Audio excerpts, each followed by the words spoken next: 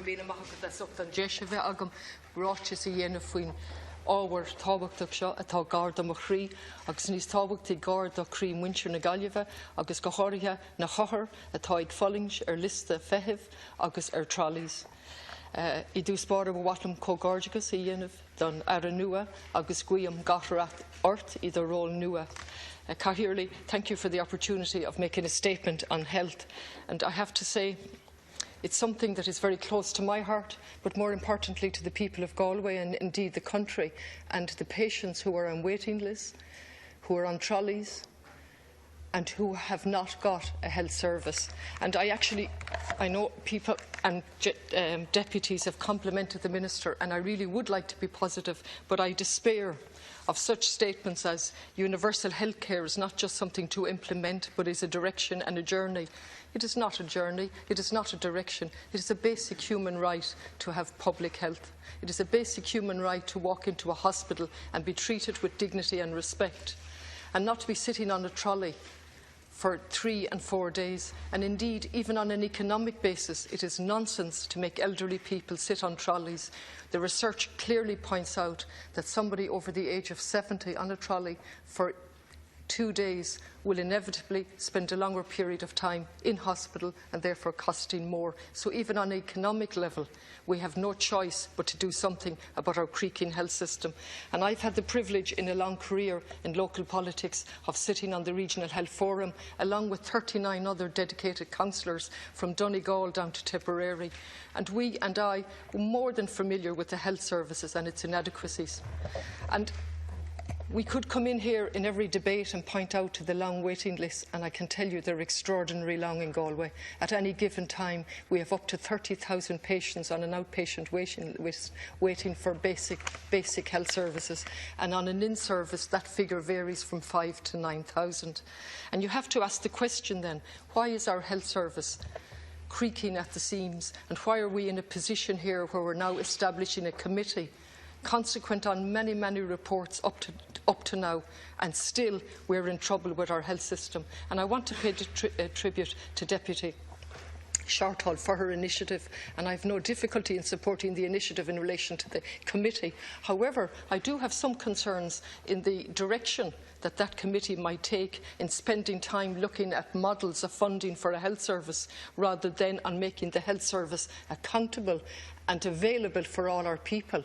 And in my opinion, in contrast to the Minister, I don't think funding is difficult at all. Funding for our health service comes from our taxes. And when I knocked on doors, I didn't meet one single person who wanted their taxes reduced. They wanted a health service. And so I don't know why we need to go down a route of looking at funding. I would hope the committee would look at how to make the health service available as quickly as possible, and that they would listen to the people on the front line, the nurses who have never been listened to, the cleaners, the porters, and then the consultants in relation to how to improve our health service. And if I look and analyse what has happened in my time as a councillor, and particularly on the Regional Health Forum, in 2006, in the height of the Celtic Tiger, there were cutbacks. Only the language was different. They talked about bed refurbishment measures in 2006 to justify beds and wards closure in Merlin Park Hospital and in the Regional Hospital, and cost containment measures. And indeed then we had many, many failed initiatives. And again, I actually despair when Fianna Fáil come up and champion the National Treatment Purchase Fund. We've had, at least in my time, 4 failed initiatives without any analysis of the fundamental problems. We had the co-location of the private hospitals on public lands, led by the former Minister, Mary Harney, and it took all our effort in Galway to fight that appalling initiative where we will co-locate a private hospital on public lands. Then we had the National Treatment Purchase Fund, which in effect channelled public money into private hospitals to keep the private for-profit hospitals making a profit while at the same time depleting our public health system. And then on top of that we got the Special Delivery Unit, and we got a special man in Galway for 3 years on a special salary to deliver that Special Delivery Unit, again channelling public money into private hospitals, allowing waiting lists to build up and then paying public money to treat the public patients in a private for-profit hospital. And again, I apologise if I'm parochial in relation to Galway, but it is the microcosm of what's happening in the country. And only last week there was an announcement that 2 DXA scanners were closed last Friday. Vital pieces of diagnostic equipment in relation to the diagnosis of osteoporosis simply closed because there was no staff. And we had the professor speaking out in relation to that, and we have the embarrassment of hosting a conference in Galway on that very topic, and we cannot use the DEXA scanners. I've heard indirectly that some effort was made and that one of them is opened again. However, the fundamental problem in relation to lack of staff has gone unanswered. And while the Minister tells us there's no embargo, and while in his speech he appeals to the Health Executive to employ further staff, we have the Health Executive making a statement that they cannot employ any extra staff at Connolly until 3 go out and 1 comes in. And so we go from crisis to crisis. And again, last week, I placed a question in relation to a new public hospital in Galway. Not of my own bat, but because the clinical director of the Reek Hospital in Galway, which serves the region, has said that a new hospital is absolutely necessary and that we must begin planning for it. And so, under the new politics and the new atmosphere prevailing in this stall, I tabled a question to say, in view of the clinical director's statement, what did the Minister intend to do, or what steps did he intend to take? And what I got back was civil service speak, and again I place no blame on the civil servants. The Minister is paid a very good salary to deal with questions put, and he neatly sidestepped that question and continued on in the old politics in the guise of new politics. I find that unacceptable at Connolly. I would have thought he would have addressed, and I'm sorry he's not here, he would have addressed the serious issue that lack of capacity in Galway is the top factor on the risk category. That's a very serious statement. The congested site in Galway, he said, is simply firefighting with each additional building.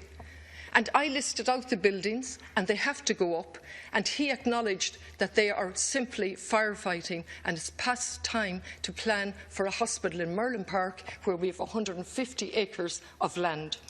And so, when we were elected, every single deputy in this stall received a letter, and there are very good consultants out there. And one of them took the opportunity to write into us all. He didn't ask for his name to remain a secret, so I'm going to quote it, Mr. Peter O'Rourke in Donegal. And he took the trouble of writing a 2-page letter to all of us, and then he gave us a document, and he highlighted how now practical solutions can be used, pending the decision of the committee. That hasn't been mentioned by the Minister. He received a copy of that, as did all of the TDs in Fine Gael, and he makes very, very practical suggestions in relation to medical day units, 5-day wards, diagnostic services, access to simple x-rays.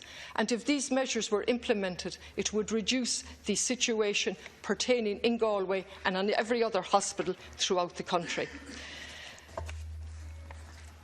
On top of that, and later on I'll be talking on mental health, every single month in Galway, 300 patients, including patients suffering from mental health problems, simply leave accident and emergency because they will not be seen, and they walk out lacking the patience to wait. And nobody could have patience to wait the amount of time that you have to wait in Galway, notwithstanding the best efforts of the staff. So on a monthly basis, we have 300 people walking out of accident and emergency because there is no service available. On top of that, we have people with mental health problems trying to access a congested site, trying to access an overworked Department of Psychiatry, going through accident and emergency. Now, I would think that we all have to ask ourselves a question here. Which of us would like to do that? It is okay to make fine speeches in the Dáil, but which TD here today would like, if they were suffering from mental health problems, or their wife or their children, to have to go through a packed emergency accident and emergency department? Which TD here today has spent time on a trolley? I haven't. What other TD has spent time on a trolley? That would guide the direction of the conversation and the urgency of recognising that a universal health care is a right, not a journey, not a decision, but a right. And I will happily work with the committee if they're looking at implementing that right as a matter of urgency and dealing in a practical way with the problems and listen to the people who know best.